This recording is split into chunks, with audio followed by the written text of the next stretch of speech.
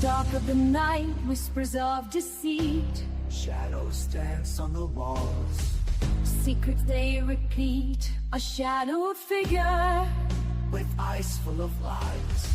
hiding truths in the shadows where no one dares to pry. Uncover the truth, let the lies come undone. Peel back the layers until the light is shown. Uncover the truth, let the shadows run. Break free from the chains and find the sun. Uncover the truth in the dead of the night, where secrets lie hidden like a whispered bite. Uncover the truth in the dim of the light, where betrayals take root in the heart of the fight. In the rain-soaked streets, under the moon's pale light, a crime unfolds. All right, and here we are, Bloodlines and Betrayal.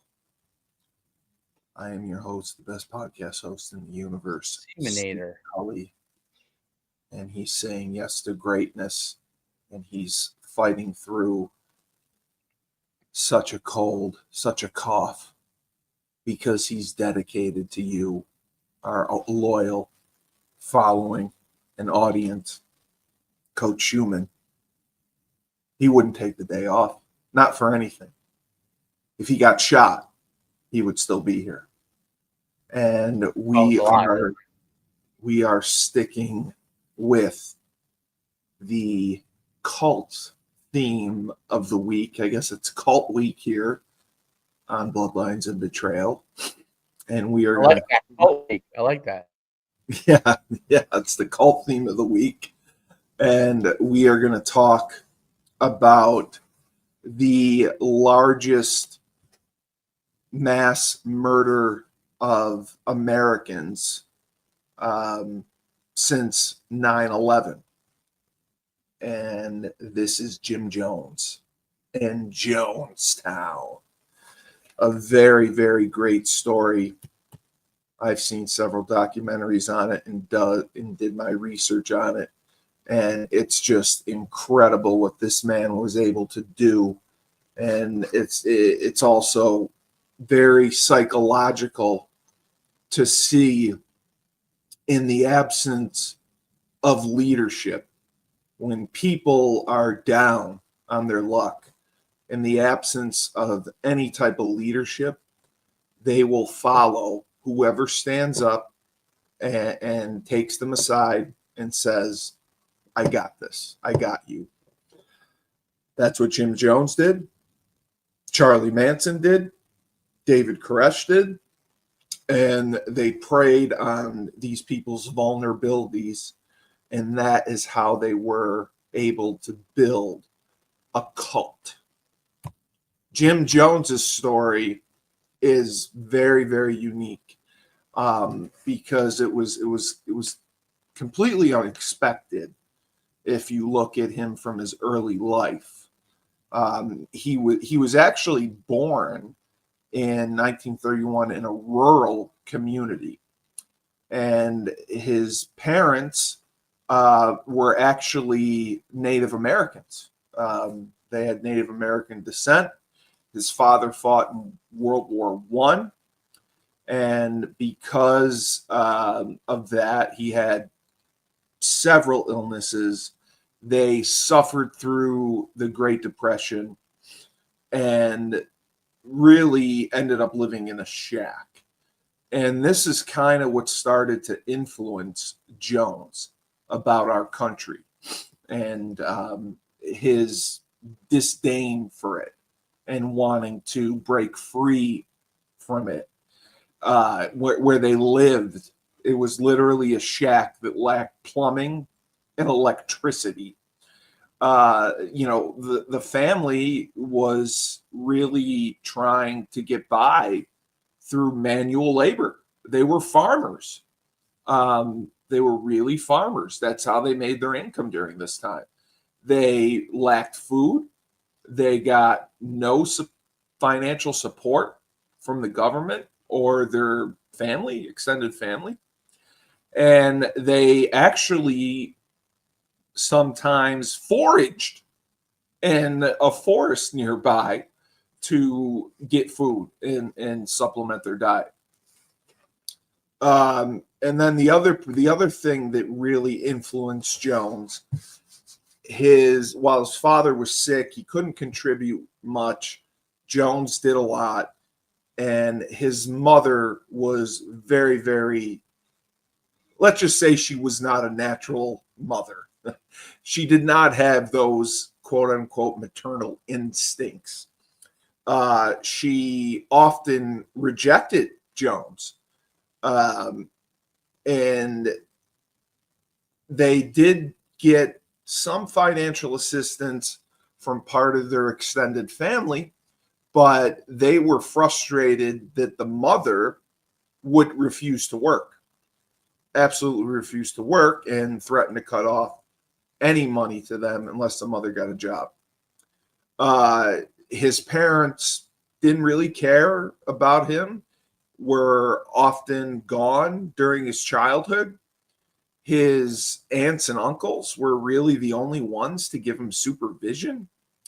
And it was known around town. This kid, Jim Jones as a kid, would wander the streets naked. They just see this kid running around naked. He was cared for by some of the female residents, and they gave him some food, clothing, and gifts. So he really had a difficult childhood, and that kind of formed his thoughts and his vision going forward. So early on, he basically developed an attachment to a church pastor. It was a female. I'm sorry, the wife of the church's pastor gave Jones a Bible, encouraged him to study it. She taught him about the holiness code. They attended what was called the Nazarene Church. And as Jones got older, he really became what we call a religious zealot. He attended services daily, and he would often go to multiple churches each week because he was just so ingrained in religion, and it fascinated him. And he was actually baptized by several different churches. And this is where his desire to become a preacher formed. And even as a child, because he was helped by, people in town, the church, he began to practice preaching in private, which was amazing. His mother claimed that she was disturbed when she caught him imitating a pastor of a local Pentecostal church. And Pentecostal churches are very passionate, I would say. So she speak in tongues. Yes, she tried to prevent him from attending all church services. And they had sympathy for him, but his neighbors realized, even as a child, he was really strange and unusual, obsessed with religion, but also obsessed with death. He also visited. This is what blew my mind when I first started. He would regularly visit a man who manufactured caskets in the town of Lynn. And get this, he held mock funerals for roadkill that he collected. So he collected dead squirrel on the road, and he would perform a funeral where he would practice preaching. Wow, he's a different cat. Yeah, I like that. That's what blew my mind. And allegedly, one neighbor of a neighbor of the family said that Jones himself killed a cat with a knife because he wanted to have a funeral. And he would be angry because none of the children in the area would come and attend these funerals. So he would perform them alone. He also, this is when his mental illnesses, I would say, started to happen.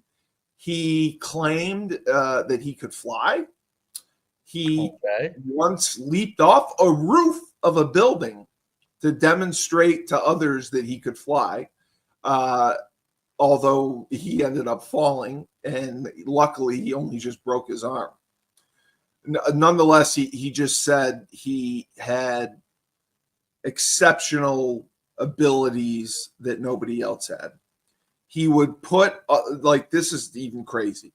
He would put other kids in life-threatening situations and tell them he was guided by the angel of death. And he would push them to do all these crazy things, and they did. He also committed several sacrilegious pranks in the churches he attended as a boy. He stole a Pentecostal minister's Bible, and he also covered another Bible with cow manure. Oh.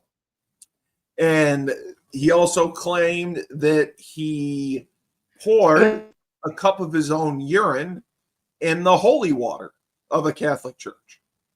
Okay. Yeah.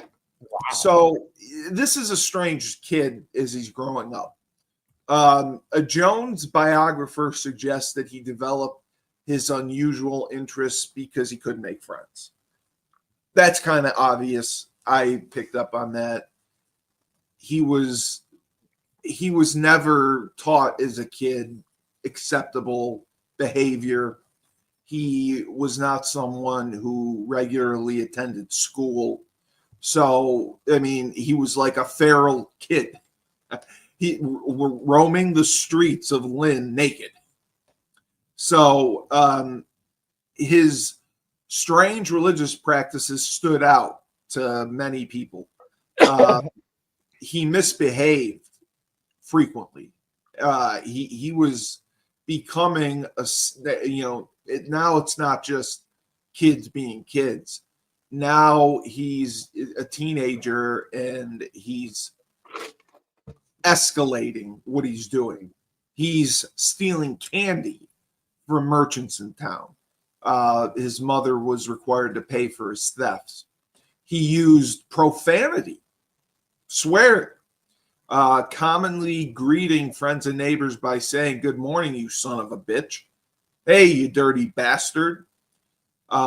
Similar to, and he picked this up from his mother because, like I said, his mother had no maternal instincts, didn't teach his son anything. And she frequently swore in public and found the amusement because, when people hear women swear, they react, and she enjoyed the reaction she was giving. The other thing that stood out, Jones's mother often beat him with a belt. Oh. I mean, he was beaten over and over severely with a leather belt to punish his misbehaviors. So as he got older, this is where the problems started. He became intensely interested in social doctrines. He became a voracious leader. He studied Hitler, Stalin, Karl Marx, and he also did study Gandhi. When he was married, he told his wife. He didn't apply Gandhi. Yeah, no, he didn't. He didn't do anything like Gandhi. He discarded that one. Yeah, that one didn't have the influence. No, I guess not. When he was married, he told his wife that Mao Zedong was his hero. Mao Zedong? Mao Zedong was its hero. That's the Chinese guy who killed like 100 million people. And the communist. And he's a communist, yes. Yeah. That's his hero. Theme. There's a theme of lots of death and communism. Yes, very much so. Very much so. Mm-hmm. Because it's like you said about Sharia law. Basically, if you don't believe in it, they just kill you. Yeah. I mean, there's no freedom of speech. No. He never had radical political views as a youth, but when World War II started, he developed a huge interest in the Nazi Party, and he loved Nazi Germany. Okay. He tried to, as a teenager, act as a dictator over the other kids, ordering them to goose step together and beating those who disobeyed. And like one of his childhood friends recalled Jones shouting, "Hail Hitler," and giving the Nazi salute of the German prisoners. So he sounds like he's fun at a party. Yeah. So when Jones was interviewed quite frequently, he was a media whore. I mean, because he became more successful in life. But when he commenting on his childhood, he said, "I was ready to kill by the end of the 3rd grade. I mean, I was so aggressive and hostile. I was ready to kill. Nobody gave me love, any understanding. In those days, a parent was supposed to go with a child to school functions. There was some kind of school performance, and everyone's parents were there but mine. I'm still there alone, always alone." Yeah, it was.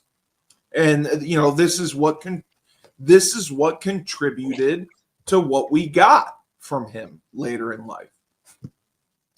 I mean, he was attracted to religion really because he found a community. Right. He liked having that community. And this is a guy going to church every day and going to different churches every day, which is amazing. But he actually attended a religious convention at a Pentecostal church.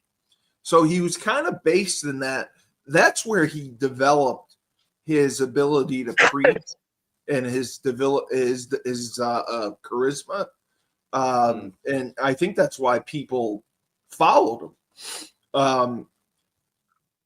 The other crazy thing is so many people went to Jim Jones's mother and said to her, from a child to a teenager, everything, like, you need to control his behavior. Like, this is becoming out of control. This is becoming like serious. Like it's going to be dangerous. And what happened was parents kept their kids away from him. Right. And he really became an outcast in high school. And he was, quote unquote, progressively despised by the locals. So he went by the nickname Jimmy in his youth. He always had a Bible with him, and he always was a good student who enjoyed debating the teachers. He had a habit of refusing to respond to anyone who spoke to him first, and engaged in conversations only when he started them, because he's the great Jim Jones. I speak. When I speak, you listen, and then I'll talk to you. If you talk to me, I how dare you? He would, like, going to school. He would dress in his Sunday church clothes every day of the week. His religious views alienated him completely from young people. Because, Dave, you're in high school, and if there's this kid who is coming around preaching and hyper religious, like we're playing sports, like we're hanging out, we're looking at girls, like we're not religious. We were confirmed. I mean, I was confirmed. Religion was important, but it didn't like control my life. It wasn't my main interest. He never participated in sports. And then in like 1945, his parents divorced. And, that was very difficult because his family lost support.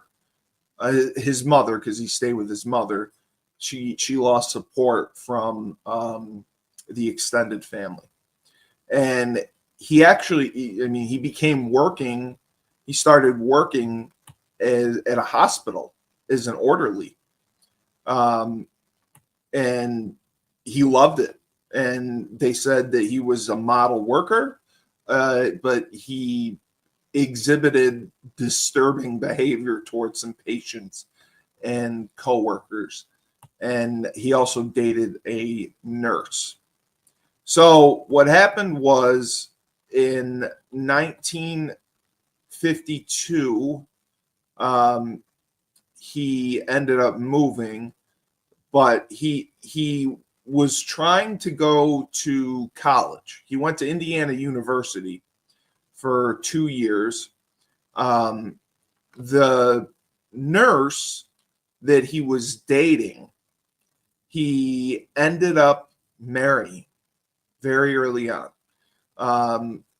Marceline, her name was. And, Jones frequently emotionally and psychologically abused Marceline. Jones insisted on attending a new church. Marceline was a Methodist, so Jones wanted to attend a full gospel tabernacle, but eventually compromised and began attending a local Methodist church.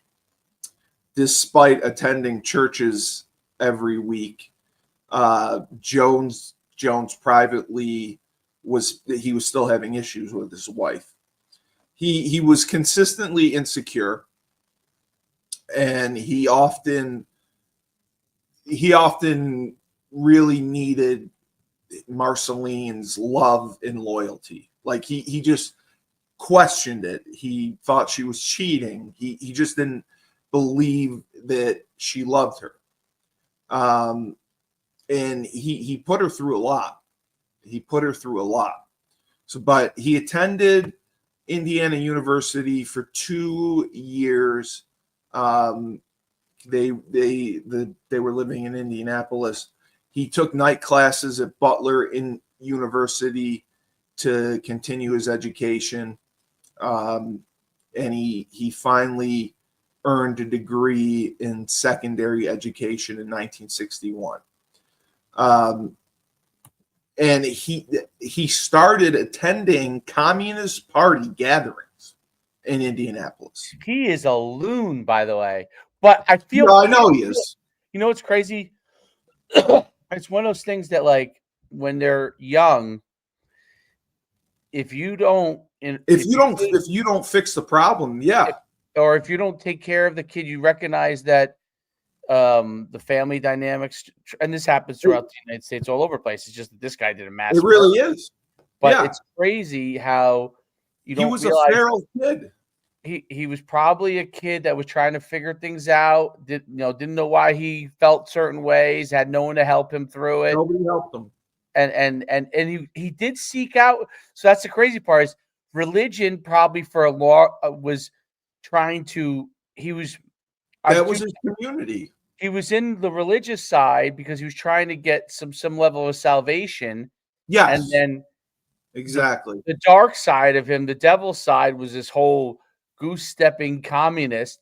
So he Right. had two sides on his shoulder, like literally the angel. You know, like when we were kids, Yes. Yeah. the angel and the devil, and he somehow leveraged the angel part to become the devil, which is crazy. But it was part of it because his upbringing was so 100%. messed up. He could never he didn't know how to figure things out. And look Because what nobody cared about him. look at the terrible results it leads to. You know? Exactly. Exactly.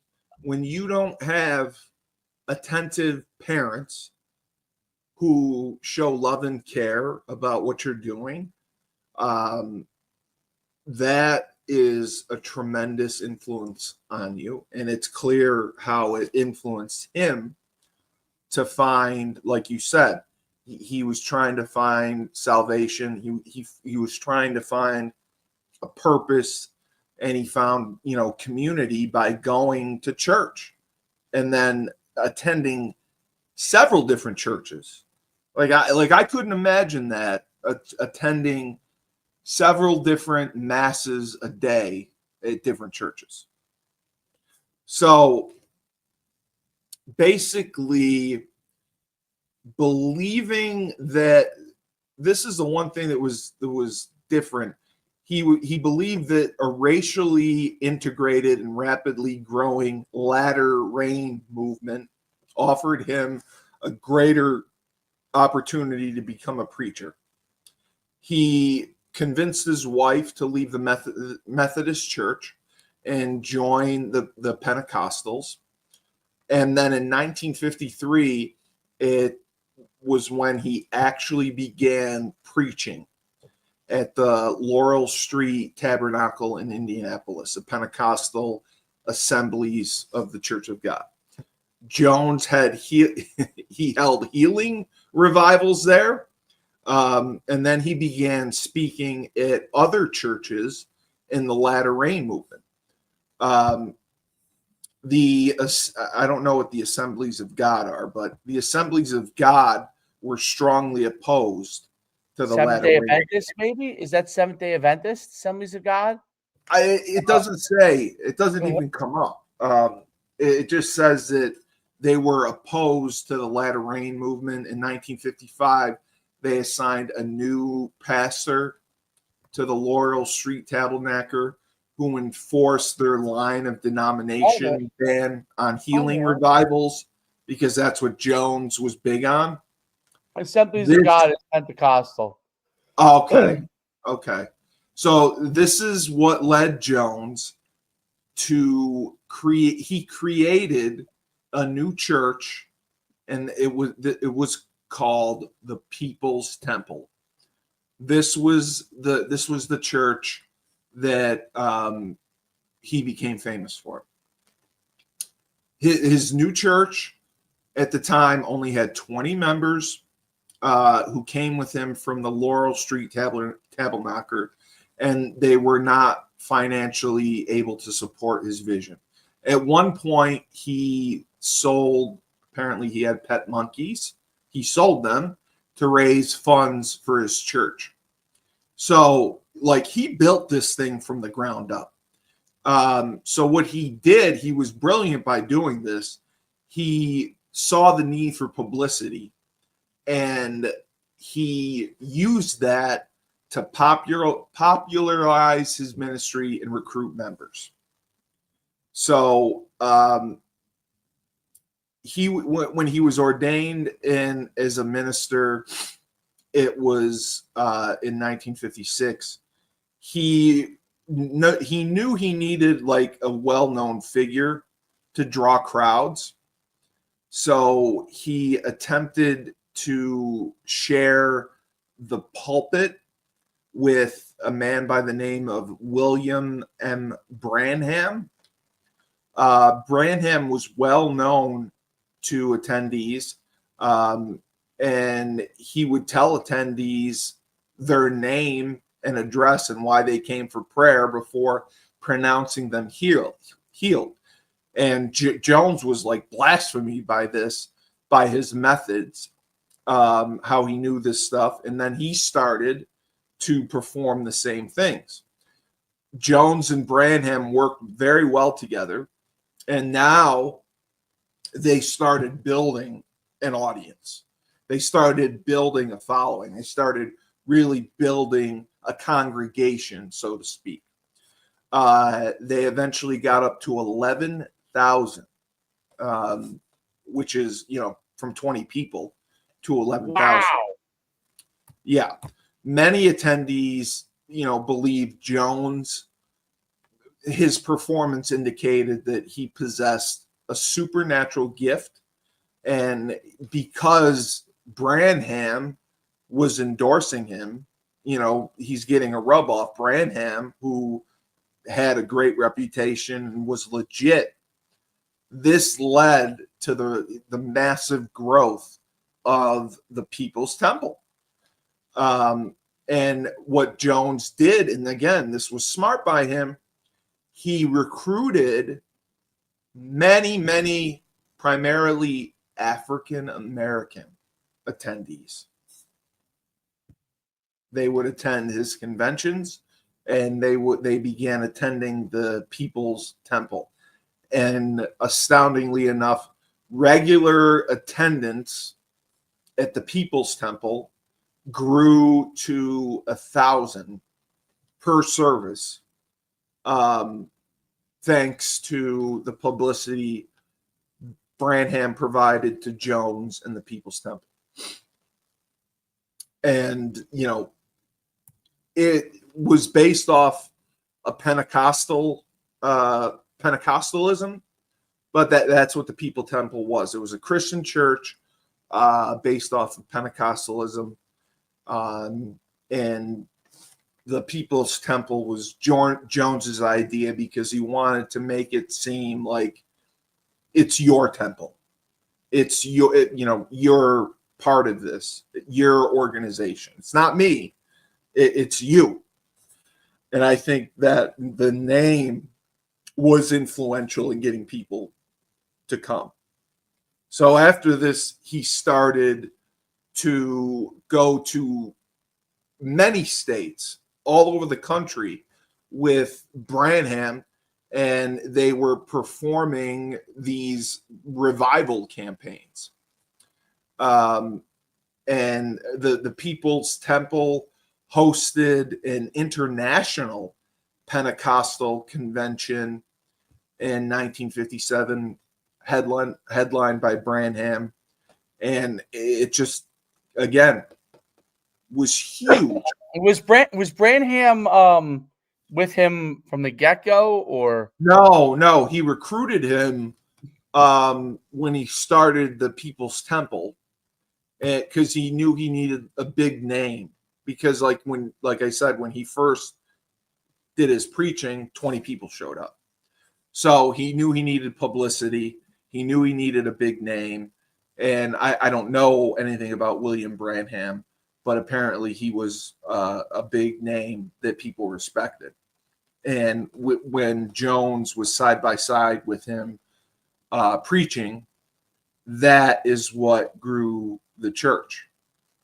So Jones adopted one of the latter rain's key doctrines, which he continued to promote for the rest of his life. And this was the manifested sons of God. William Branham and the latter rain movement promoted the belief that individuals could become manifestations of God with supernatural gifts and superhuman abilities. Okay. And they believed that such a manifestation signaled the second coming of Christ.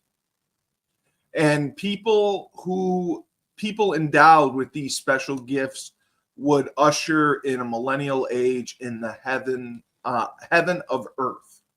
Jones was fascinated by this idea, and he used it to promote utopian ideas that eventually he convinced himself he was a manifestation of God.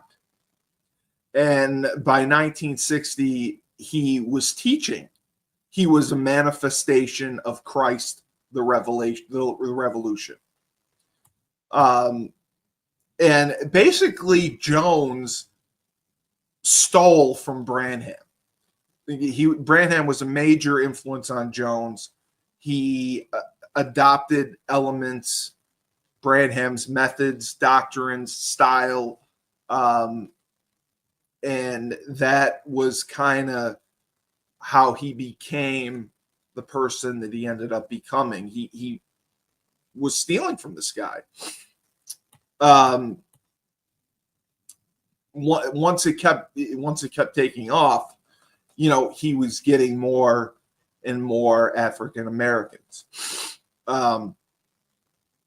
He also became aware of Father Divine, who was an African American spiritual leader of the international peace movement, who was often derided by the Pentecostal ministers for his claims of diversity. And Jones visited Father Divine's peace mission in Philadelphia, and he was just looking to talk with him, to give an authentic, unbiased, objective statement about his activities to his fellow Pentecostal ministers, because his church had the majority was black. So Divine was another. It is his following was black. What was the appeal to the African American to blacks? What was the appeal of Jim Jones's church? I think because he was a Pentecostal, because he was a white man who accepted them. I think that was huge. Okay. And like it said, most of them were poverty stricken. So here's the guy. That might be how he related to people, because he was poor growing up. Exactly. Probably could speak to the similar things that he was going through that they went through. Exactly. I know where you've been. I've been to the bottom. I know how it feels. I know how it feels more to the bottom than they were. I know how it feels to not have water. Yeah. So I think that's which he did. I think that's how he connected with them. Yeah, right, because he knew all those things. Shoot. Wow. Yeah, absolutely. Wow. So in 1960, Jones became the director of the Human Rights Commission, and the Indianapolis mayor was the one who appointed him to this, and he wanted Jones to keep a low profile. However, Jones was using this position to secure new outlets for his views on radio and television programs. So, he was appointed this because of his popularity in Indianapolis by the mayor, director of Human Rights Commission. That doesn't mean, pastor, church preacher, right. But that's what he was doing.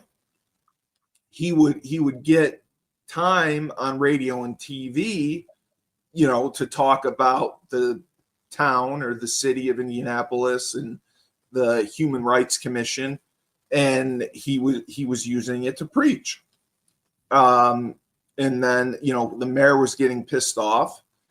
They wanted him to stop appearing in public.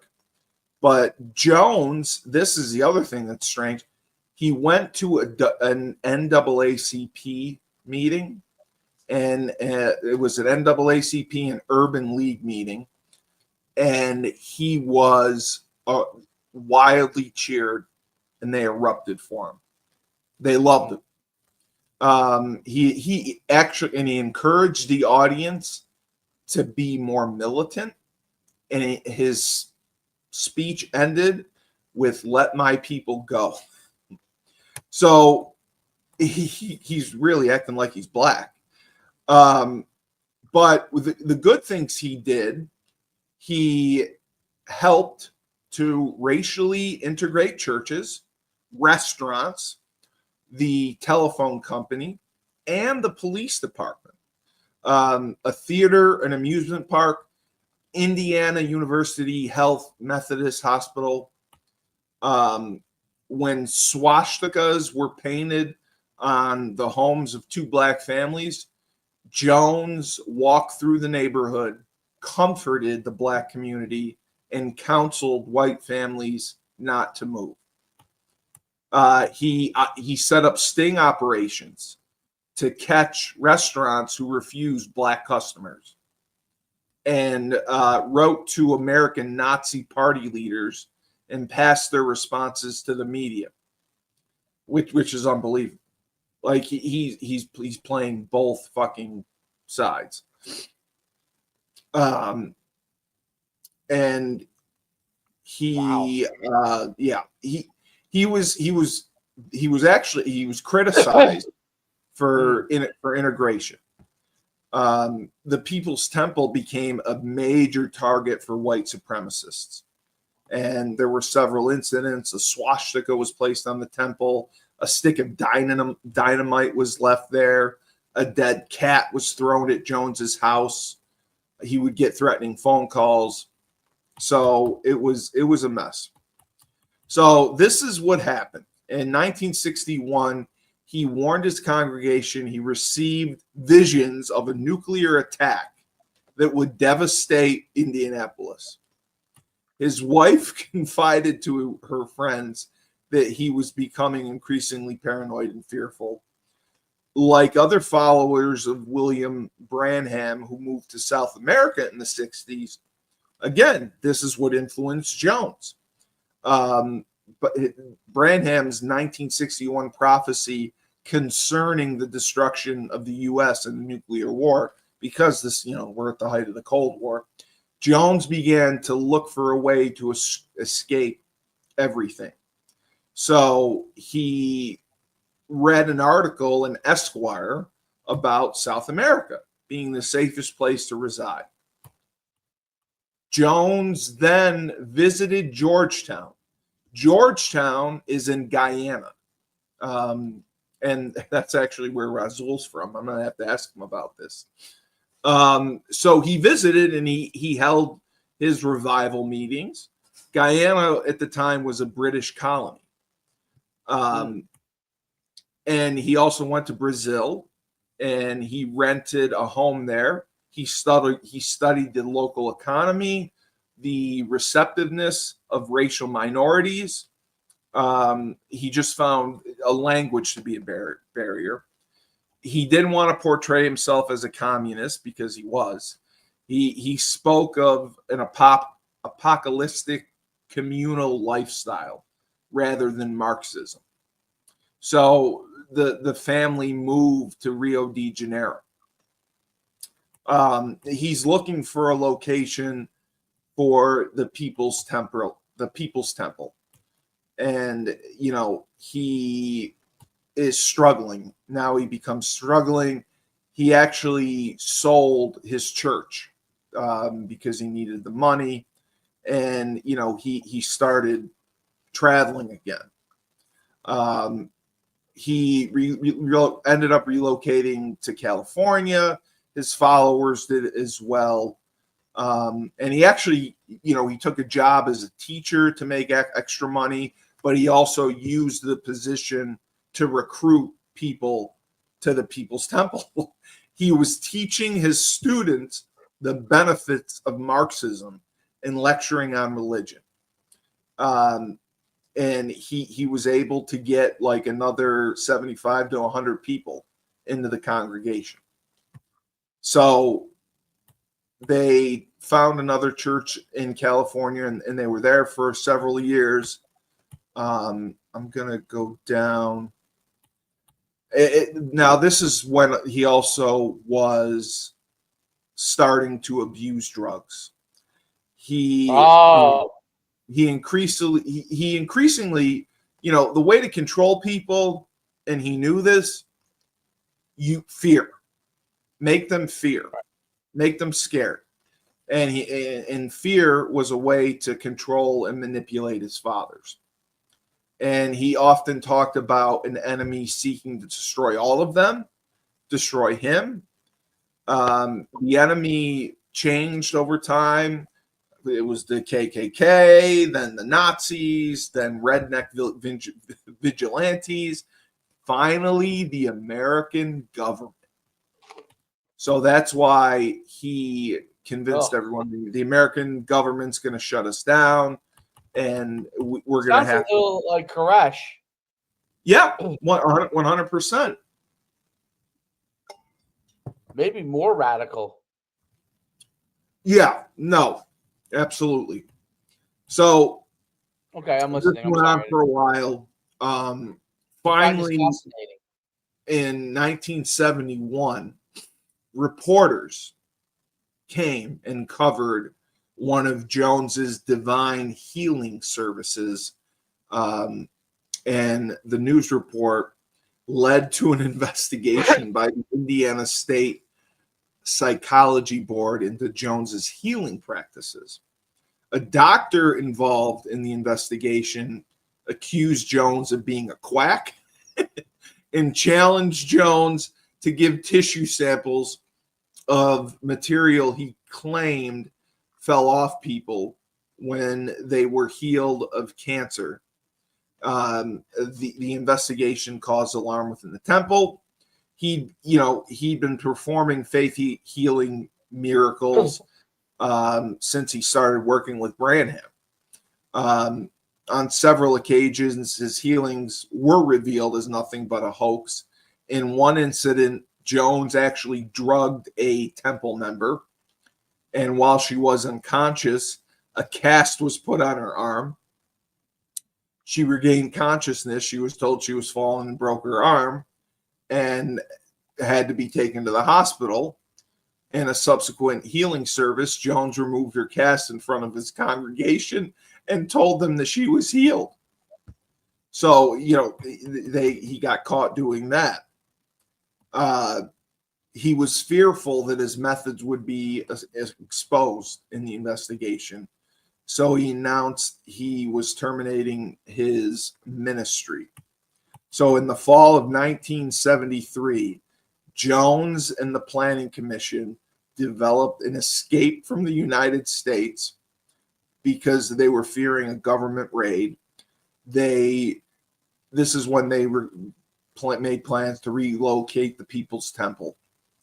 Guyana was the favorable location, citing the recent revolution, socialist government, and favorable reaction Jones received when he visited. They had a vote.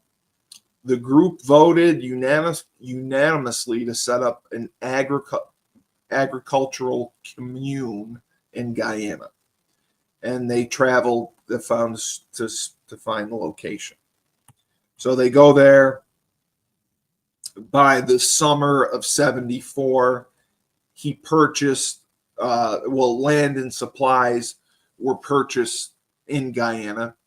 This was what is crazy too. Jones was put in charge of the project and oversaw the installation of a power generation station, clearance of fields for farming, and construction of dormitories for the first settlers. Now, he brings his entire congregation down there. They're basically doing slave labor. They're building this town. And it was hard work. It was hard work. You're actually, building places that you're going to live in, water, the pipes, everything. The church where they would congregate, and it was grueling work. And Jones often went back to the U.S. to try to get more people to come down. It was going to be their socialist paradise and a sanctuary. he considered it, sovereign territory. It doesn't belong to anyone but him. Like, the U.S. can't touch us. Georgetown, Guyana can't touch us. This is our home. So he had about 50 at the start of 1977, and they were expanding the commune, but it was not ready to handle the huge, massive influx of settlers that eventually came. Bureaucratic requirements after Jones' arrival sapped labor resources and other needs. Buildings fell into disrepair and weeds encroached the fields. Jones was warned that the facilities could only support 200 people, but Jones believed the need to relocate was urgent and moved immediately. In 1977, 600 of his followers arrived in Jonestown, and then 400 more came in over the months. And then he began moving the temple's financial assets overseas, and he sold off all his property in the U.S. The People's Temple had, listen to this, over $10 million in assets at the time. Despite the negative press prior to his departure, Jones was still very well respected outside of the People's Temple for setting up a racially integrated church, which helped the disadvantaged, which is true. If you see the documentary when the congressman actually went to Jonestown, you can see that it's primarily black and white, and they're integrated and they love each other. But this is slave labor. Temple members worked 6 days a week from 6:30 a.m. to 6 p.m. with an hour for lunch. The work week was shortened to 8 hours for 5 days in 1978 after Jones's health started to fail and his wife was taking on more of the management of the Jonestown activities. At the end of the day, Temple's members, they couldn't relax. They had to attend several hours of church activities in a pavilion, including classes on socialism. He compared his schedule to the North Korean system of 8 hours of daily work followed by 8 hours of study. And this is why, he said Mao Zedong was his hero. And he was gradually subjecting his followers to sophisticated mind control and behavior modification techniques that he had studied. He would often read news and commentary from Radio Moscow and Radio Havana. So it's all communist. And now this is when he started his attack on the U.S. He would say the U.S. is a capitalist, imperialist villain, casting socialist leaders such as Kim Tu-sung and Robert Mugabe and Joseph Who does that Stalin. sound like now? Who does that sound like now in the United States? Mamdani, AOC. Like the mayor of New York guy. Yes. AOC, dangerous people, dude. Well, yeah, and he recorded everything. So there were hours and hours of recordings. So recordings of the commune meetings show how livid and frustrated Jones would get when anyone did not understand or find interesting the message Jones was placing on them. He forced every member of the People's Temple to say they were homosexuals while proclaiming himself the only heterosexual. In spite of this, Jones was actually, which I never knew, bisexual. Bisexual. He had sex with male and female followers of Jonestown. Women who slept with him claimed he was the best lover they ever had. People's Temple member Tim Carter felt Jones put them up to that kind of talk. Yeah. So what he also did, he alienated all these people from their families in the States. Of course. And that's what started causing the problems.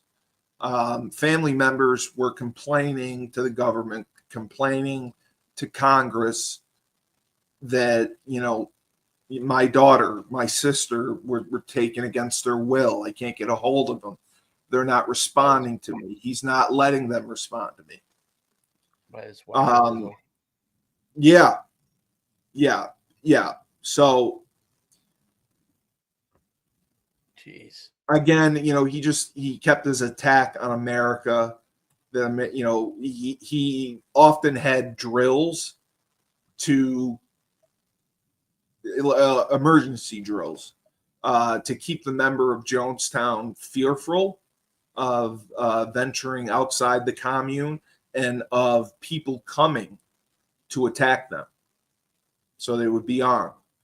You know, following 2 visits by the United States Embassy personnel to check on the situation, and there was an IRS investigation in 1978, Jones became increasingly, you know, convinced of an attack, and he feared it was coming. The drills were called White Night drills. So this is when he created the cyanide.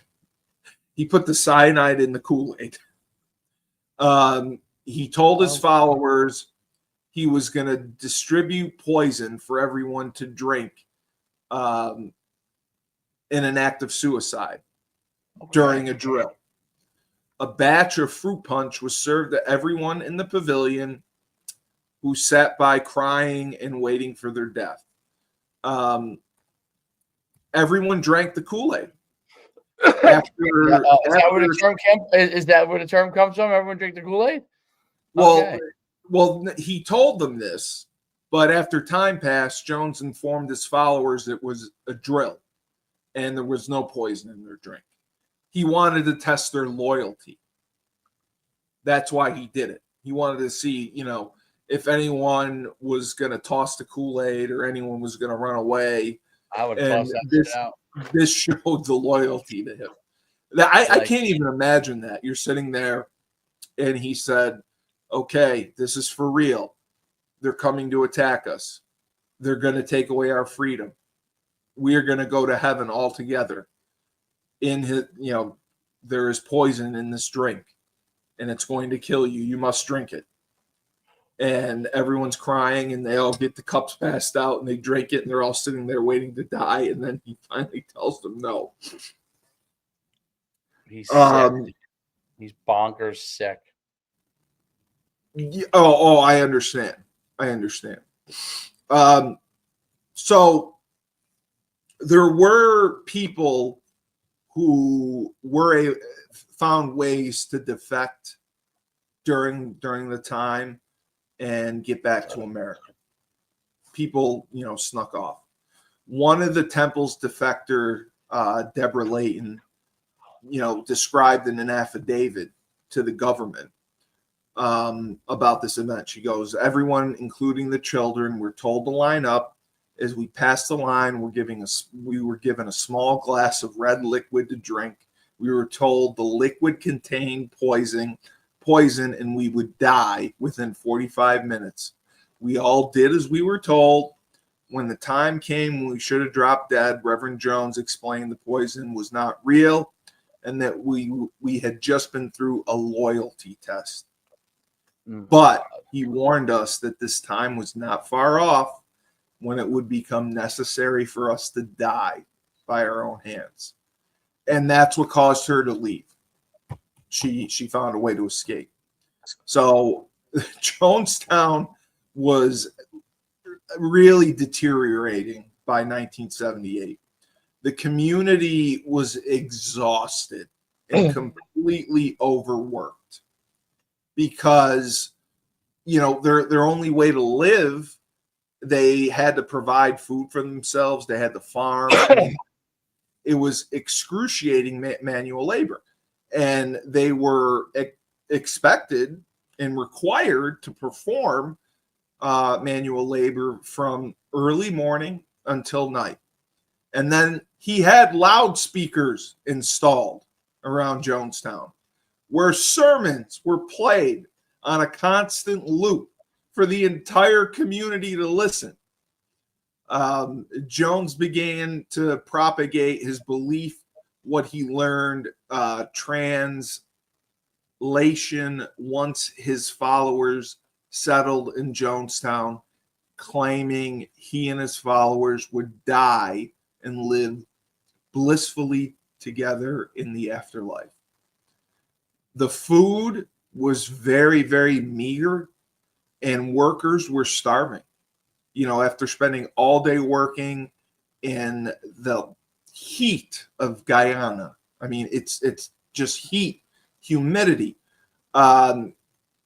They would have to go at night to listen to Jones preach, and these sermons lasted hours. The community was sleep deprived.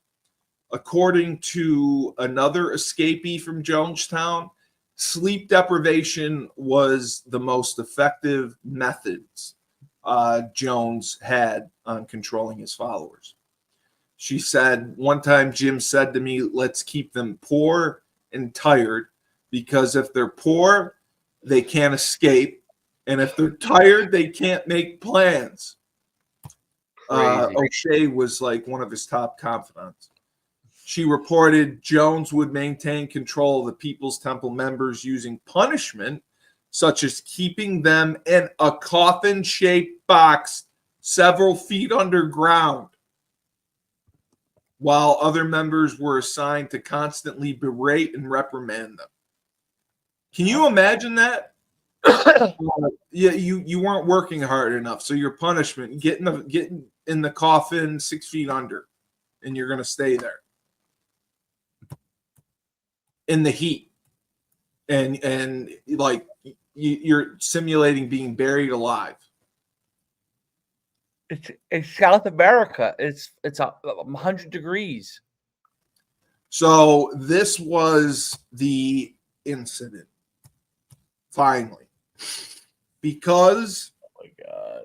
of the defectors who left and gave it and went to the government, because of what was being reported, the United States, and because family members were complaining that they couldn't get to their loved ones, the United States finally, was going to intervene. Jones, at the time in 1978, he actually told his followers he had lung cancer in an effort to gain compassion and control them. You can't leave me. I have lung cancer. What? Yeah, he told his members, he's like, I have succumbed. I have lung cancer. I need you now more than ever. So, because he knew several people had defected and escaped, and he was telling them this, to gain their sympathy and compassion, and you can't leave me. You can't leave me. Now, I didn't know this. He was a very, very hardcore drug addict. He was abusing Valium.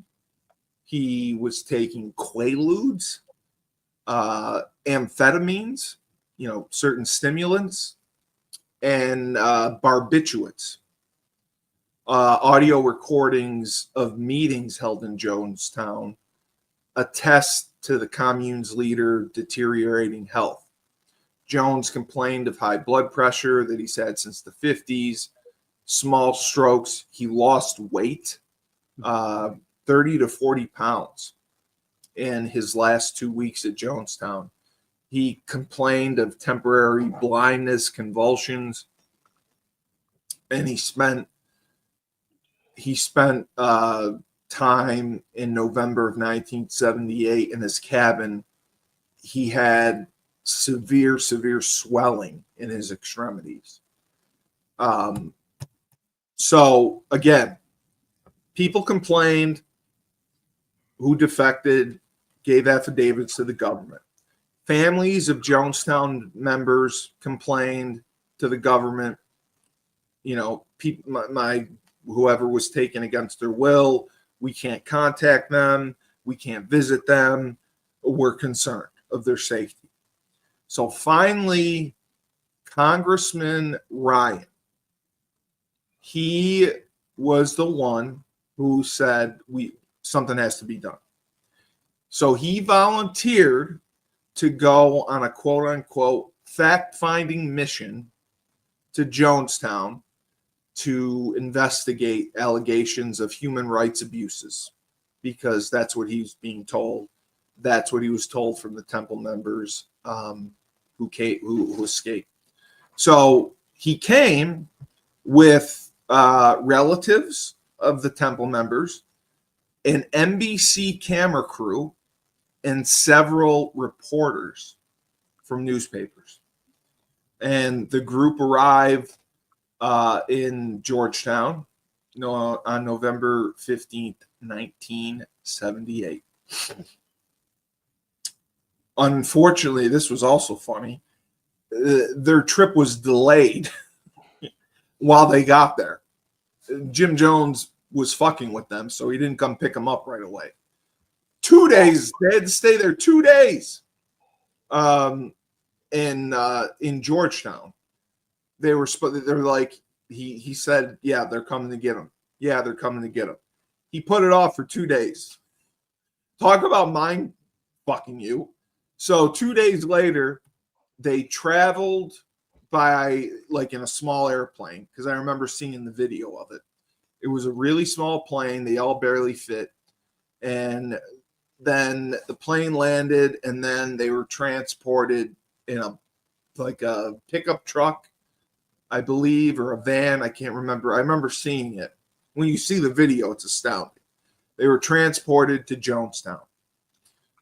Jones hosted a reception for the delegation that evening in the pavilion, during which temple member this was what started all the chaos. Vernon Gosney passed the note meant for Congressman Ryan to NBC reporter Don Harris, requesting assistance for him and another temple member, Monica Bagby, in leaving the settlement. Tensions began to rise as news spread through the community that some members were attempting to leave. Ryan, I remember seeing this on film. They had a big dinner. They had the kids dancing. Jones was there. Everyone was, appeared happy and that they wanted to be there. And they loved each other, and they put on a show for him. They put on a show for him. So Ryan became increasingly concerned because people were telling him, either like whispering to him, or he was getting notes that people wanted to leave. And then like the next afternoon before he leave, Ryan narrowly avoided being stabbed by a temple member, Don Sly. So Congressman Leo Ryan went to Jones and he said, listen, I respect you. I respect what you're doing here. I don't want to interfere. I just want to help if people want to leave. And then, Jones basically asked, Who wants to leave? If you want to leave, you're welcome to leave. 15 people raised their hands. Smart. And Jones said, okay, no problem. You can go. So Marceline Jones, which was his wife, announced on the public address system that everything was fine, urged the locals to go back to their houses. And Ryan left Jonestown for the port where the plane flew in. During this time, aides prepared a large metal tub, grape flavor Kool-Aid, poisoned with Benadryl, promethazine, Promethazine. Yeah, promethazine, chloropromethazine, chloroquine, chloral hydrate, diazepam, which is Valium, and cyanide. Cyanide is a killer. So members, so they drove Congressman Ryan and the people who wanted to leave to the plane on the airstrip that was going to fly them back to Georgetown, and they would fly from Georgetown back to the U.S. Yeah. So as soon as they get there, Jonestown's Red Brigade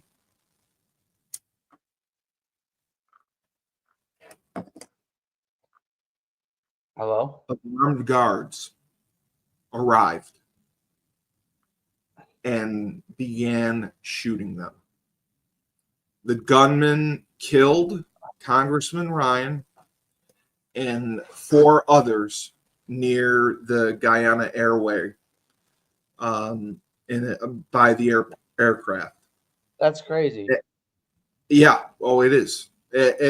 Because I mean he was honest. He said, "I see nothing alarming here. I just want to take, if any, families are concerned, if anyone wants to leave, they're welcome to leave. And I'm just here to take them. I see everything that you're doing, and it's nothing illegal. It's nothing that we're going to get involved with. My concern is people are being held against their will." Right. And that's what he told Jones. And that was really, and I believe that was true. I don't believe the U.S. had any intention on raiding Jonestown. So again, they get there.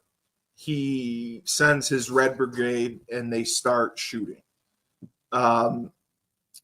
One of the supposed defectors, Larry Layton, drew a weapon and began firing on members of the party inside the plane.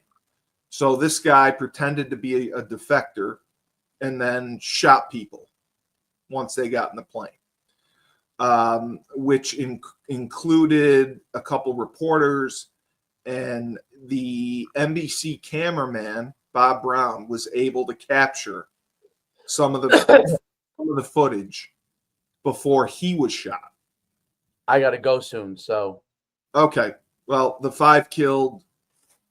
were 5 killed, and then, the Jones had everyone drink the Kool-Aid. They all died. Jones's son was actually playing in a basketball tournament and survived. Because he believes this because his mother sent him to play in this tournament to protect him. So everyone else drank the Kool-Aid and died. The U.S. eventually arrived and investigated, and this was the largest attack on Americans since 9/11. So again, I apologize for No, being long-winded with it, but I just wanted to give the background on Jones. it was It's just good. amazing how he was so charismatic, and he learned from this Branham guy. He copied a lot of his philosophies, practices, the healing crap, and he preyed on African Americans who were in poverty, and that's why he was able And I to. think the key was he preyed on poverty people. Yeah, exactly. Yes, There were white there depended too. on him. Yes, that depended on him. That depended on him. But he had a big connection with African Americans for that. Correct. You know, which is Correct. which is crazy. And like the defector said, keep them poor, keep them weak. Because if they're poor, they can't leave, and if they're weak, they can't plan. Like, that's incredible that came out of his mouth. And I do believe that his upbringing, it's not all on him. He had a horrible upbringing. I know a lot of people have a horrible upbringing, and they make it out. Well, it is on him. His horrible upbringing really influenced who he became because of the churches. And he realized that he wanted to be a preacher. He realized he could make friends. He realized that he could control people by being a preacher. So that's what led to this. The mind control that he had, getting people to move to Guyana, build this fucking place. It's just outrageous. But that's what a cult is. They tell you that you can't survive without them, and you have to show unequivocal loyalty to them. And these people 100% did. They drank the goddamn Kool-Aid. Laced with cyanide. Literally. Yeah. That's why I say they drank the Kool-Aid. And no hesitation either. Just here's a cup. Oh, okay, down it goes. And and the funny thing is, he did not drink the Kool-Aid. He shot himself. Oh wow! Because he knew that drinking the Kool-Aid would be a painful death. His wife also. I think he shot his wife and shot himself. And so the kid lived. And the other crazy thing is 9 of his children survived. Jim Jr., Stefan, Tim, Susan, a couple others. I've heard interviews with Jim Jr., and he credits his mom for that day sending them to a basketball tournament to play in. Because were they African American, his kids, right? Aren't they? No, they're white. They're white yeah. because he married a white woman. But she sent them to play in a basketball tournament because he believes that she knew his plan. The congressman wasn't leaving alive. And once the congressman was shot, they knew Jonestown was going to be raided.